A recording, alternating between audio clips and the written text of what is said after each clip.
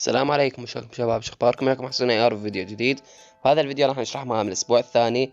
ادري متاخر بيهن بس كنت مريض ونمت وبعد ما قعدت لحد هسه، فقاعد اسجل لكم وان شاء الله ينزل لكم من وقت، ما اتاخر عليكم هواي. واللي يقول ليش ما اشتريت الرويال باس، فالموقع اللي انا المفروض هسه ماخذ بطاقتين منه راح اطلع لكم الصوره. طلبت منه بطاقتين من الشهر الثالث بطاقة، وبالشهر الرابع طلبت بطاقة ثانية، وهم ما دزت اياهن لسه.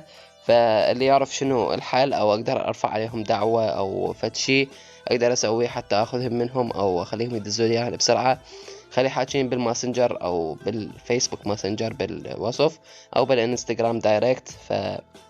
خلينا نطبق الفيديو. واول مهمة عندنا يقول لك reach gold tire or above، يعني وصل تصنيفك باي شيء الجولد او اعلى. يعني اذا وصلت جولد في باي رتبة او باي سيرفر باي مود راح تاخذ هذه المهمة وتكملها، واغلبكم هسه مكمليها. المهمة اللي بعدها إذا كمل 10 مباريات مع أصدقائك، تلعب ويا أي صديق. إذا كان سكواد فعادي واحد منهم صديقك وراح تحسب لك هذه المهمة، وإذا كانوا كلهم أصدقائك بعد خير على خير. ويفضل إذا تكملها ويا أصدقاء عندهم الرويال باس حتى يعطيك نقاط أكثر. هاي تشوفون الايدين. اذا تجي هنا قلت لك اذا واحد منهم وياك عنده رويال باس راح يعطيك 30 نقطة زيادة، واذا اثنين راح يعطيك 45 زيادة، واذا ثلاثة راح يعطيك 60 نقطة زيادة فوق هاي ال50. المهمة اللي بعدها يقول لك حصل فلير جان 5 مباريات. يعني 5 مباريات تحصل بهم فلير جان. مو مهم ايش كانت، المهم اهم شي تحصل فلير، حتى اذا تصنيفك ناصي بي او سيرفر جديد.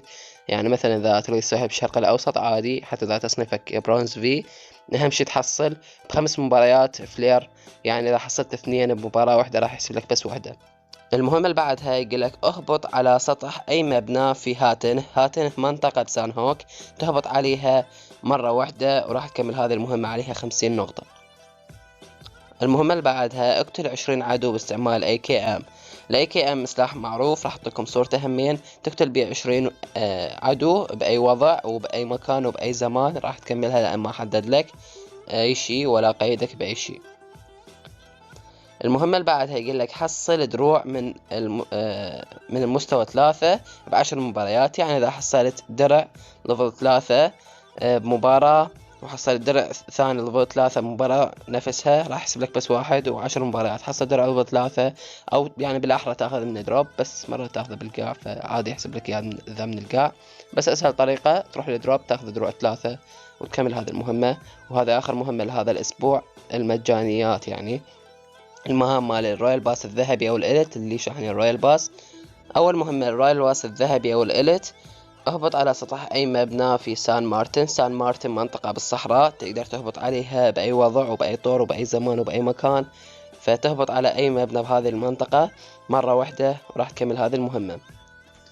المهمة الثانية للرويال باس الذهبي او الاليت، اقتل 2 من نفس التيم او بنفس التيم السكواد.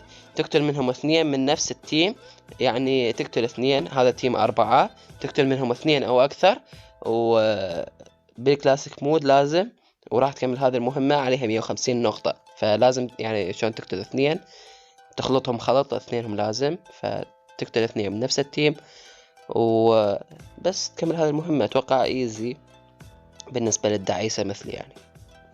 المهمة الثالثة للرويال باس الذهبي او الاليت، استعمل القبلة هاي البوسة لو التصفيق، لا مو تصفيق، التلويح، هاي الهيج تقول له باي باي.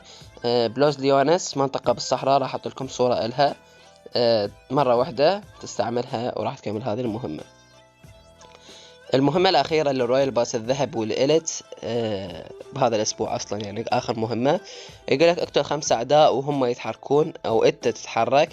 يعني لازم تظل تتحرك وتضرب طلق. فأتوقع إيزي، يعني تقدر تكملها بالسولو أسهل شي، لأن غالبا انزل بهمين بشرق الأوسط، ظل يتحرك واضرب طلق على عدو، فتقتل 5 بهذه الطريقة وراح تكمل هذه المهمة. وهيك نكون كملنا مهام الأسبوع الثاني. إن شاء الله أنزل لكم الفيديو مال الأسبوع الأول، لأن كانت عندي امتحانات، فأنزل لكم فيديو مرتب ويا الطرق همين وليش ما كمل ذن المهام الثنين الفوق. وبس كان هذا الكل الفيديو. اتمنى استفادت من الفيديو. ادري كلجته هواي لان مريض، بعدني شبه مريض يعني، طبت ان شاء الله الحمد لله. ولا تنسون اللايك يعني، بس حفزوني فد شي، بلاش حفزوني وبس. في امان الله.